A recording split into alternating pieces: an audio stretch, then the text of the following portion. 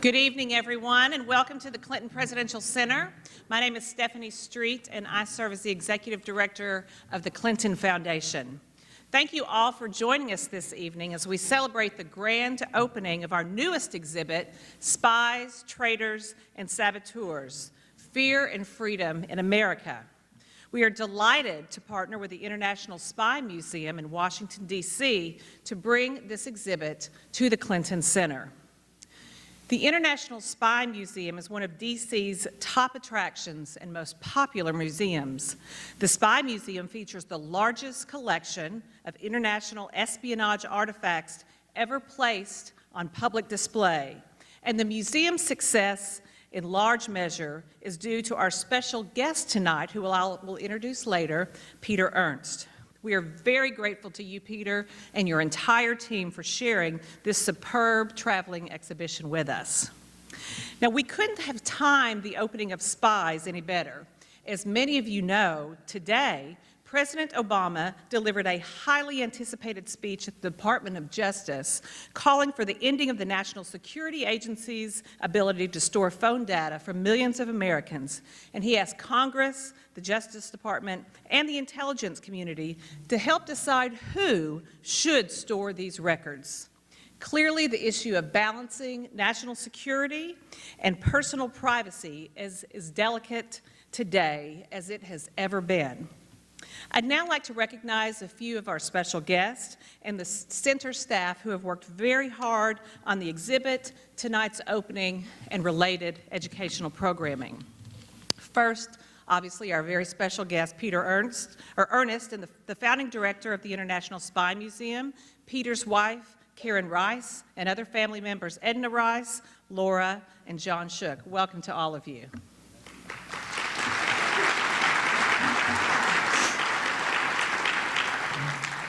A special thank you to my friend and colleague, the director of the Clinton Library, Terry Garner, as well as Kurt Sin, the deputy director, and Christine Mao, the curator, who oversaw the installation of this exhibit, along with her team members, Jennifer Wisniewski and Kit Katerina.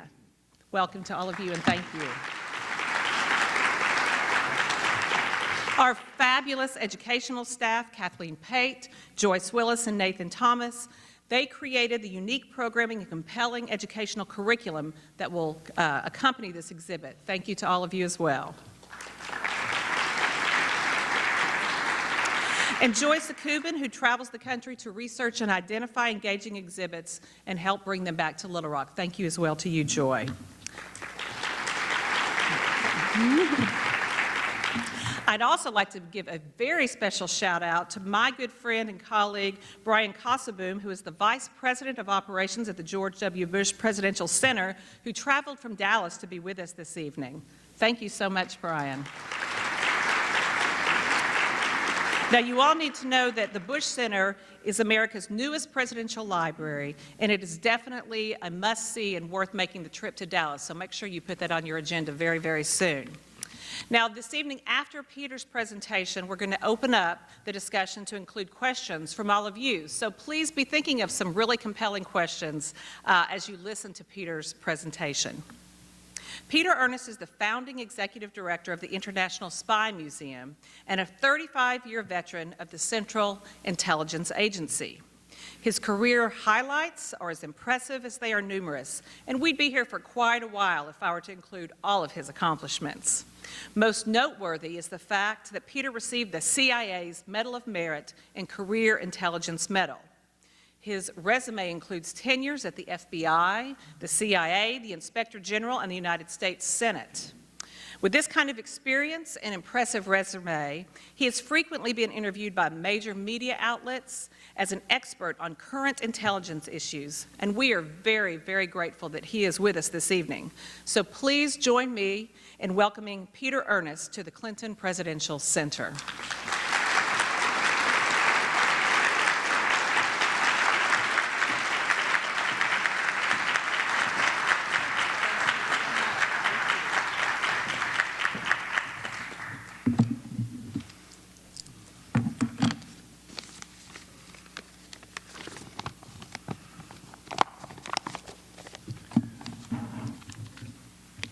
I might take an early drink of that water. I find I have gotten raspy down here, and I think what it is the good, clear Arkansas air, and I'm coming from the smog in Washington, so there's a difference there. Thank you, Director Street, and thank you very much for the library for hosting the exhibit on Spies, Traitors, and Saboteurs. I had the privilege of working for President Clinton the early years of his administration, and I have enormous admiration for his continuing service to our country and for the resource that this library has become. I have to admit, I will miss President Clinton. I already do. One of the things I think that has characterized him, and it is a great strength in so many of our leaders these days, because we're living longer, and that is their willingness to continue to serve their country, their willingness to continue doing things that they believe is in service to their country. Now, what I would say, I'm going to keep my remarks brief. I don't want to stand too long between you and a drink and food. But I would like to say one thing. Hold on to your hats and your seats. You young people, hold on, because you're going, good for you. Okay, all right, no, he grabbed that seat. I'm telling you, you got to be careful what you say up here. And I say that only because we look at the textbooks, we read things, and people go through periods of history, and all sounds very dull. And we try and get our arms around it and understand it. And the exhibit is something like that. But you are living through a period in history. We are right in the middle of one of the periods that we talk about in the exhibit. And that is this balancing act that we have undergone in this republic for 200 years. The balancing act between civil rights and national security. I could probably just have torn out a page from one of President Obama's remarks and delivered part of that, and it would sound like what I'm going to say. But I think what we need to keep in mind as we go to the exhibit is this, that when things like 9/11 happen, it is a profound shock for us as a country, for us as a society, and for the government, whoever happens to be in office. And when it does, we react. We react very strongly. That's how we tend to function in this country. Things sort of go along and something happens, and then we react. And in this case, 9/11 happened. And the Congress and the President, then President, and the public turned to the intelligence community and said, you can't let this happen again. This can never happen again. And as we do in our country, we formed commissions, we had congressional hearings, and we reorganized the intelligence community to an extent, and adopted new security measures, passed legislation. That's how we tend to react. Things tend to happen in sort of a herky-jerky way, and that's the nature of a democracy.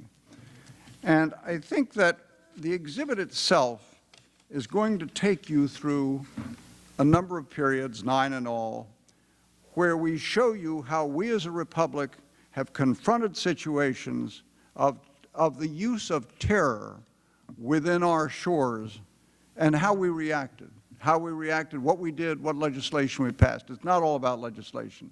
It's more about us as a people and how we reacted.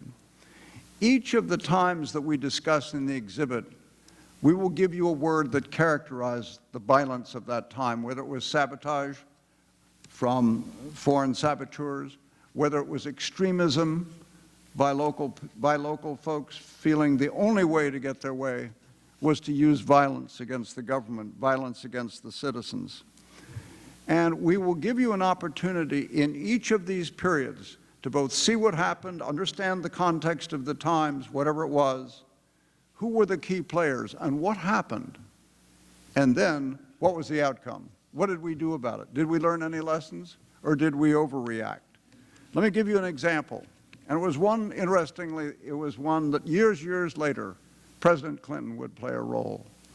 And that was when Pearl Harbor happened. And that sometimes has been used by people as a forerunner to the kind of profound shock that we underwent as a country on the occasion of 9/11. Pearl Harbor happened. December 7th, 1941. A tremendous reaction, hatred for Japan, for the Japanese people. And at that time, we turned and rounded up something on the order of 120,000 Japanese Americans and put them in internment camps.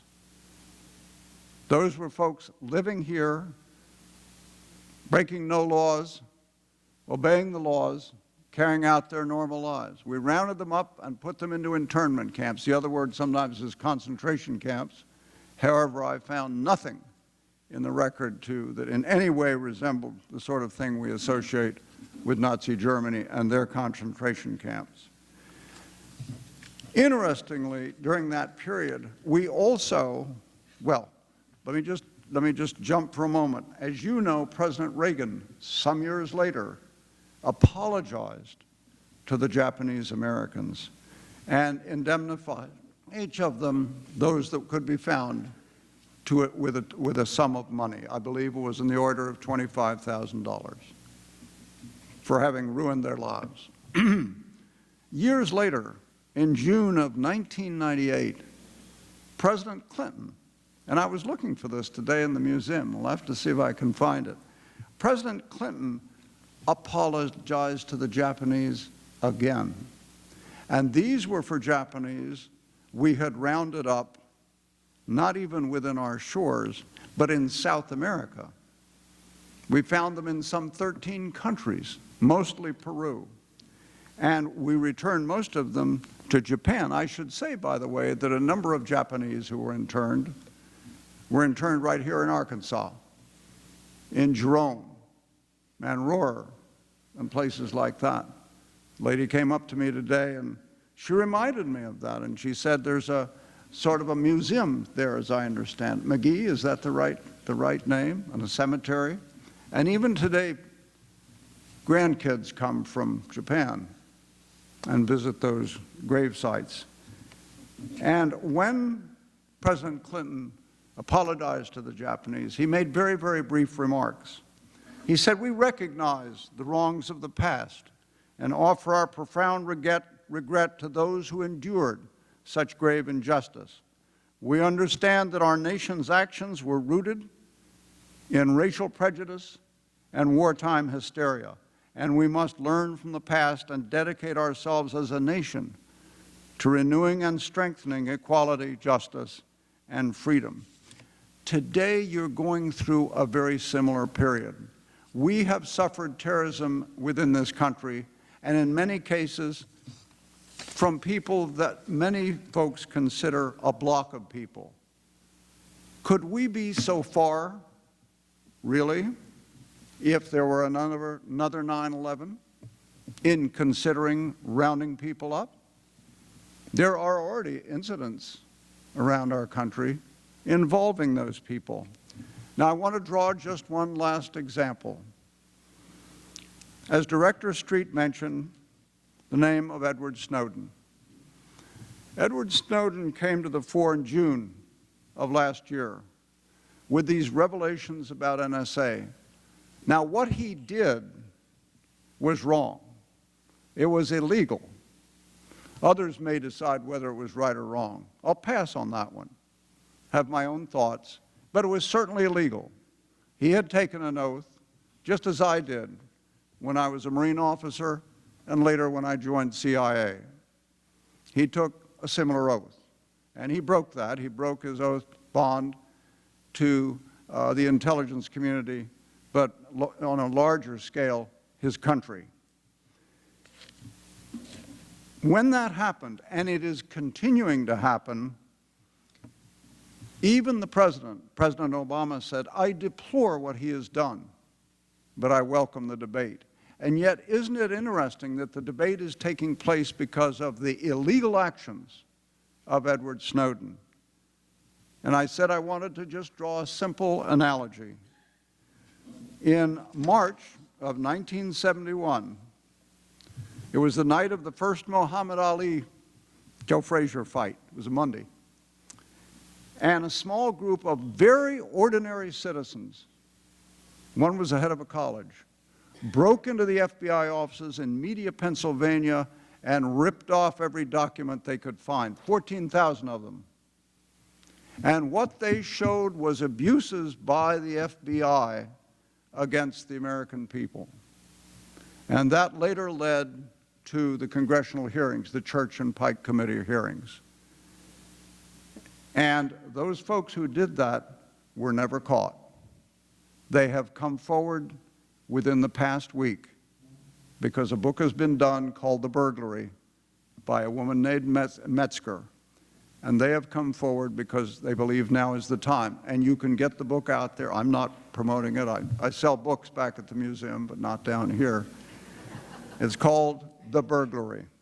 So I recommend it to you. So our exhibit takes you back through periods of history when such actions have happened as violence and shows you how we have reacted and dealt with them. I wanted to also show you that sometimes even our willingness to address abuses are because of illegal actions by others. And it raises the question, whistleblower or traitor? And that's debated even now. So this balancing act between civil liberties and national security, it's not going to be over. It's the nature of our democracy. And it'll swing. And in wartime, and when we feel threatened, and when there's a 9/11, we're willing to give up more of those liberties. But when 9/11 is years in the past, we feel safer, we feel the danger is threatened, has gone away, and then we wonder, well, why are they doing this? I talked to somebody from NSA the other day, and he said, you know, it's like it always is in the intelligence business. A terrible thing happens like 9/11, and they say, go fix this. This is terrible. This can never happen again. And we do, and go do exactly what we thought we were supposed to do. And a handful of years later, they all look over, whether it's Congress or the media or even the public, and says, what are you guys doing over there? And that's where we are today. So understand that swing. We are trying to promote an understanding of both of our country and how we react to such events. And keep in mind that one of the great strengths of our country, and I'll end on this note, is that yes, we have an intelligence community, and it engages in secret activities. I was part of that. I engaged in clandestine collection operations and covert action. But in our country, there's a continuing regard for accountability. Sometimes things slip, sometimes people go beyond what they should, but we keep pulling up things short and holding people accountable in our way and passing legislation and enacting laws and so forth to try and keep us on course. So thank you so much for supporting our exhibit. Thank you for bringing it here. It is a wonderful institution you have here. It was such a pleasure to go through here this afternoon. And thank you all for coming this evening. It's a pleasure to meet all of you.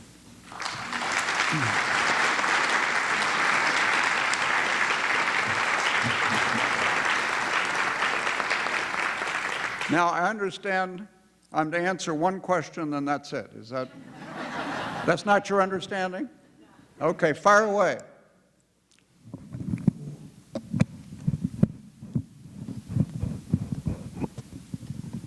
Go ahead.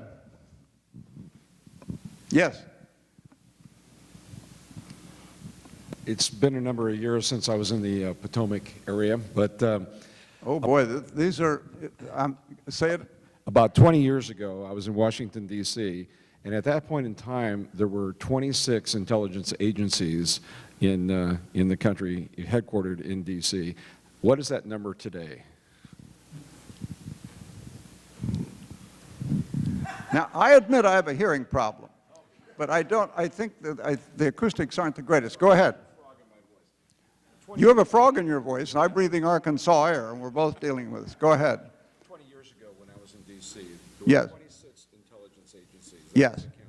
What is the count today? Okay. The gentleman says there were 26 intelligence agencies. There are now 16. There's never been 26. If you count all the little minor things and acronyms, there's 16 agencies. The one that was created by the 9/11 Commission was the Director of National Intelligence. The idea was to have one person at the pinnacle, particularly controlling resources and personnel, not running operations. That's General Clapper. Okay, so we're at 16 in the holding. And by the way, it's not a bad place to consider a career for you young folks. There are several hundreds of thousands of people now involved in intelligence. Okay, anybody else? Was that the one question? That's it. Yes, sir. We went to your museum a few years ago, took our son, and he had a great time. And it's a wonderful institution. Thank you for doing that. My question is, what is the most shocking thing that you learned in creating the museum that you didn't, that wasn't, even on your radar? The most shocking thing that I learned in creating the museum is how incredibly expensive things are. You try and do anything. You deal with contractors. Yeah. No, it was a tough job, and the founder, I did not found the museum. There was a gentleman that did. It was his money, his deep pockets, and they were his worries. I spent 35 years in CIA, involved in operations, and quite a bit of that time abroad. And people often say, well, what was your scariest, when were you most apprehensive and concerned for yourself? And I said, well, I'll be honest with you. I said, I was overseas for 12 years. I handled all sorts of operations and deep cover things and double agents and defectors and border crossings and everything else. But I came back here, and right after the Church Pike Committee hearings, they wanted to have an operations person deal with the Hill. So I was in charge of the Senate staff. I dealt with the U.S. Senate, Barry Goldwater and all the rest of them. That was my scariest assignment, I will tell you. All right, okay. All right, yes, sir. Welcome to Little Rock, Mr. Ernest. Thank you very much. It's a lovely, lovely place, and everybody's been very kind. I feel like we're friends because I have downloaded so many of your podcasts. And Yeah. I, last summer, spent much of my time on my riding lawnmower with you talking to me and interviewing some of the interesting guests you have in lectures at your museum. And I believe it was one gentleman that was an author, but he had a co-author and a Russian collaborator. Yes. That wrote a book about the CIA and the KGB and Yes. certain operations. And at one time, this was right after the fall of the Soviet Union, Yes. the KGB opened up their files, and this That's correct. gentleman and his co-author and a Russian journalist, I believe, helped them. Yeah. And they found things, for example, that revelations how the KGB didn't just infiltrate, but really controlled Yes. the Communist Party, Yes, USA, yeah. and other leftist organizations. Yeah. My question is now that the president of Russia is a former KGB agent, Yes. are they as open and forthcoming with that kind of access as they They're were? not during open that time? at all. Okay. Yeah, no, they got closed. They were open for a very brief period. It was like a window. Went up for a very brief time and closed. But I'm impressed that you were listening to my podcasts. I mean, you and I got to know each other a little bit, didn't we? There's this movie out now. I think it's a front runner for this fellow that runs. He's having an affair, and it's called Her. And all it is a relationship, an electronic relationship. I'm not going to say any more. Okay. All right. Thank you for listening to the podcast. Okay. Yes. Anything else? Okay. Last chance to ask a CIA agent anything that you never thought you would. What did you have to do to get into the CIA? This is a hard one to hear. Say again? What did you have to do to get into the CIA? I'll tell you what. When I joined the CIA, I knew nothing about the CIA. I didn't know what they did. I didn't know where they were. They approached me.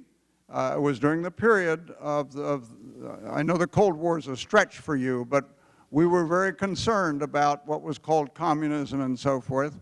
I'd gotten out of Georgetown, and I'd just gotten out of the Marine Corps. And there were several things that appealed to me. One, they told me that I'd get to travel.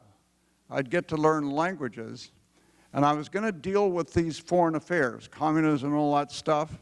Now, they didn't say anything about operations or cover, anything like that. And it sounded really exciting. And I'll give you one last thing. It was a job. And I needed a job. I didn't know I'd stay for 35 years. Okay. Hello? Right here? Yes, sir. Yeah, one of the largest Got a wave private from back there. Sorry? one of the largest private corporate data gathering companies is right here, Axiom. And in light of the recent news with AT&T and Google and others, where do you see the country coming out of the controversy, and what role do you see that being as far as public-private partnerships going forward? You look, all this stuff with NSA and big data, I barely understand it, all right? We're already giving all our information to Google and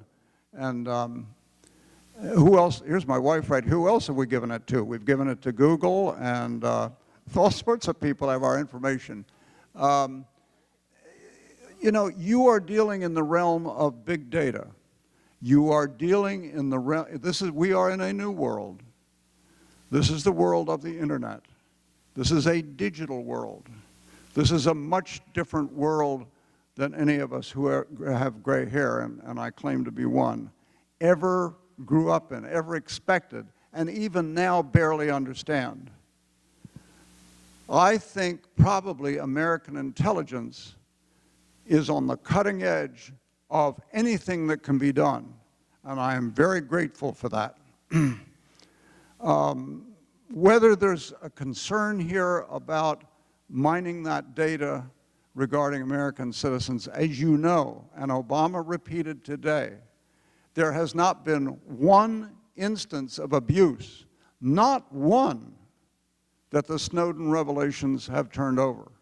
Have the Snowden revelations hurt? Yes. They have damaged foreign affairs. We believe it has put lives at risk, and it is continuing. So I'm pleading ignorance in a way,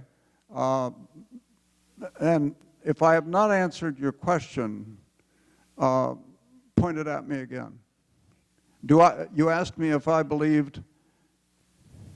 Where do you see it going as far as the government working with these companies? Sorry? Oh, government working with the companies? You know, they'll work that out. I mean, the government, during the Cold War, the tremendous cooperation between corporate America, when it was developing the high-flying U-2s and developing satellites, those are all indications of tremendous cooperation between government and the private sector. And I think my sense is we'll work it out again. You've got very bright people who are concerned about the country, and you have the same sorts of people in the private world. I am not worried about that. There'll be a little stickiness along the way. Yes, ma'am. How is the CIA set up? Where is it? Where is the CIA? Well, I can't tell you that, for heaven's sake.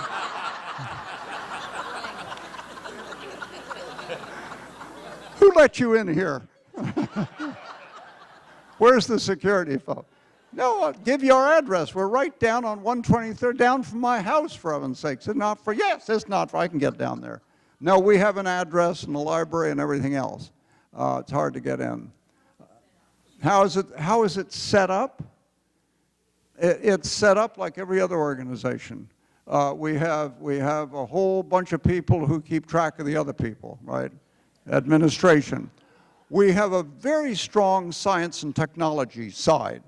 We developed the overhead satellites. We developed a lot of other things. We are the agency that carries out secret operations abroad to recruit and run agents. That's what I did. That's the clandestine service. And then we have a whole bunch of people who are analysts.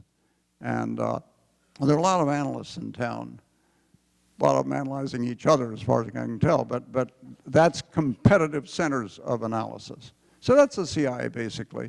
Operators, analysts, what did I say?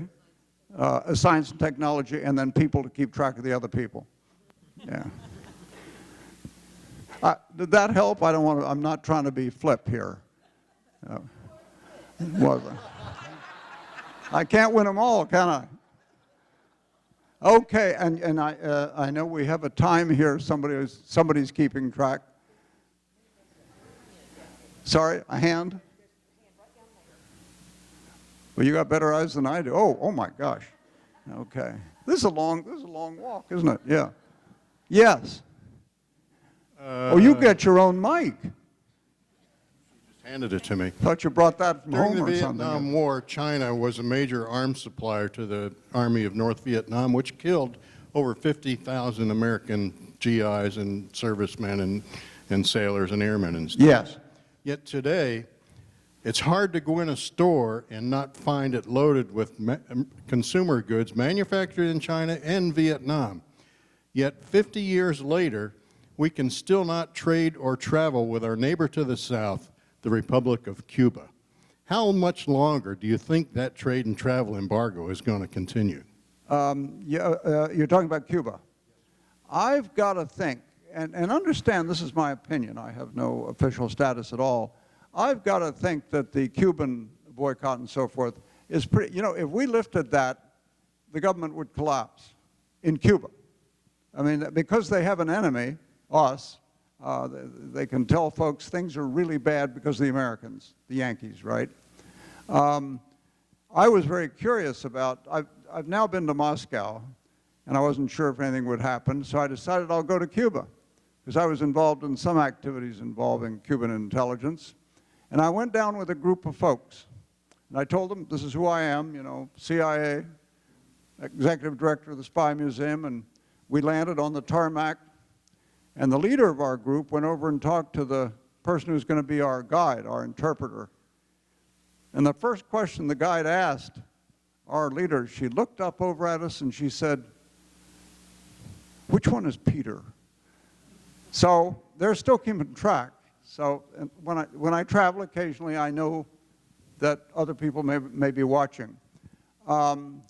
But we did go to Havana. We had a very enjoyable time. We went through that education program that Eisenhower started, President Eisenhower, people to people. And my sense is it's, you know, they already had a maiden flight the other day from Key West to Miami. And they used to fly regularly from there down to Havana. I think it's a matter of time and not very much time. That's a, what's the word, horseback guesstimate from somebody who doesn't know very much. I'm not a Cuban expert. All right, sir. Yes.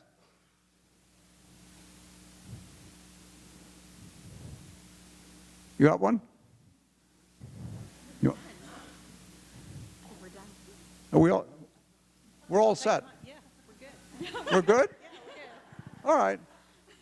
Oh, let me do this. You're going to do something? Okay. I'm going to And do then something. Yeah, let me have that. Okay, all right. Well, first of all, you're a great audience. You were fun to talk to. I didn't realize some fellow would bring a mic down there, though. All right. We wanted to give you something that would be representative of what we do. So we have brought you two things. And one is a small booklet that I wrote called The Spies Handbook, the Handbook of Practical Spying. Okay. Handy, don't you think, Terry? Yeah, but what I wouldn't know is let anyone else know you're reading it. Okay. That's why I'm giving it to you in this quiet place here. Quiet place with Okay. no media or anything. And then I will give you something that has served me well as director of the museum. All right. It is a hat that says "Deny Everything." We need two. Do you have two of these? So whatever goes wrong, you've got the hat. We need another, we need two. All Yeah, right, yeah, yeah. okay, Yeah. All right. all May right. I take your mic for a second?